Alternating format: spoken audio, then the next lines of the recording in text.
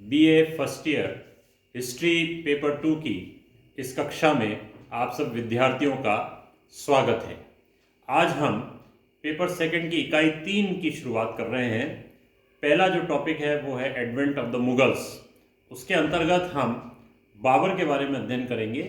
भारत की दशा बाबर के आक्रमण के समय। बाबर के आक्रमण के समय भारत की दशा का अध्ययन निम्न बिंदुओं के अंतर्गत किया जा सकता है।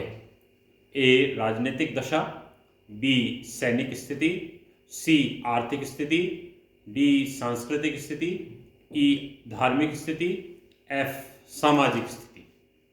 सबसे पहले ले रहे हैं हम राजनीतिक दशा।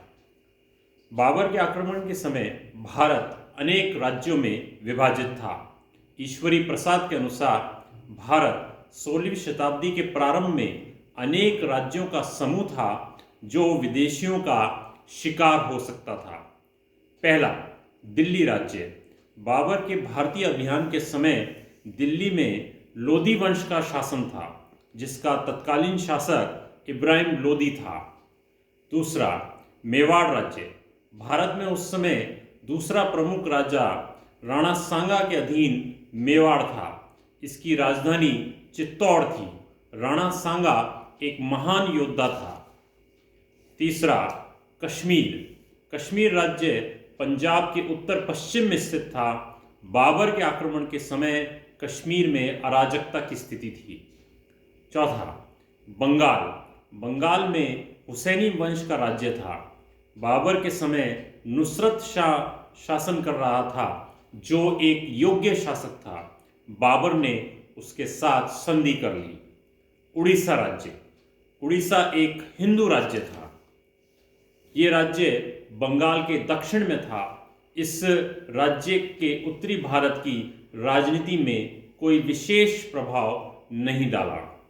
मालवा।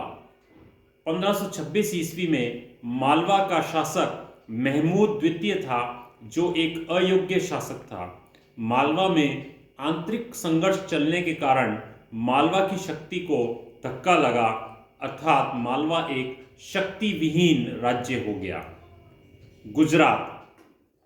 1307 ईस्वी से पूर्व गुजरात एक स्वतंत्र राज्य था। बाबर का समकालीन शासक गुजरात में मुजफ्फर शाह द्वितीय था। वो मेवाड़ के राणा सांगा से पराजित हुआ था। दक्षिण की तरफ अगर हम देखें तो सबसे पहले था खानदेश राज्य। खानदेश का राज्य ताप्ती नदी की घाटी में स्थित था। 14वीं शताब्दी के अंत में ये स्वतंत्र रहा। 1520 ईस्वी में खानदेश का शासक मोहम्मद प्रथम था। दिल्ली और खानदेश के बीच भौगोलिक दूरी होने के कारण खानदेश की राजनीति पर दिल्ली का कोई विशेष प्रभाव नहीं पड़ा। नेक्स्ट, विजयनगर राज्य। विजयनगर दक्षिण भारत का एक हिंदू राज्य था, जो अत्यंत शक्तिशाली था। बाबर के समय विजयनगर साम्राज्य का शासक कृष्णदेवराय था, जो अत्यंत योग्य एवं पराक्रमी था। विजयनगर का शासक उत्तर भारत की राजनीति में उल्लेखनीय भाग नहीं ले सका। नेक्स्ट, बहमनी राज्य का पतन। इस राज्य की स्थापना 1347 ईस्वी में की गई थी। ये एक मुस्लिम शासक के अधीन था। 1419 ईस्वी के बाद इस राज्य का पतन शुरू हो गया और ये 5 राज्यों में विभाजित हो गया। ये 5 राज्य थे बरार, बीदर, अहमदनगर, बीजापुर और गोलकुंडा। उपयुक्त वर्णन से स्पष्ट है कि बाबर के आक्रमण के समय भारत में राजनीतिक एकता का अभाव था। दूसरा हम ले रहे हैं सैनिक दशा। भारत की सैनिक स्थिति कमजोर थी। सैनिकों में अनुशासन और सैनिक शिक्षा का अभाव था। भारतीयों में सैनिक विज्ञान के क्षेत्र में हुए नवीन आविष्कारों को स्वीकार नहीं किया था। नेक्स्ट, आर्थिक अवस्था। साधारण रूप से देश समृद्धशाली था, परंतु सामान्य जनता दरिद्र थी। कृषि समृद्ध अवस्था में था।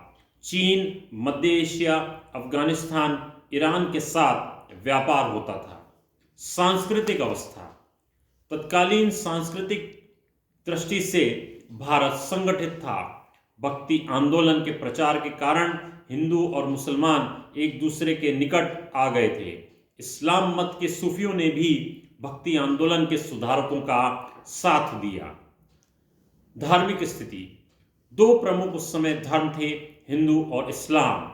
सामाजिक अवस्था, एकता का भाव था उस समय तत्कालीन भारत में। भारत वर्ण और जाति के रूप में विभाजित था। धन्यवाद विद्यार्थी।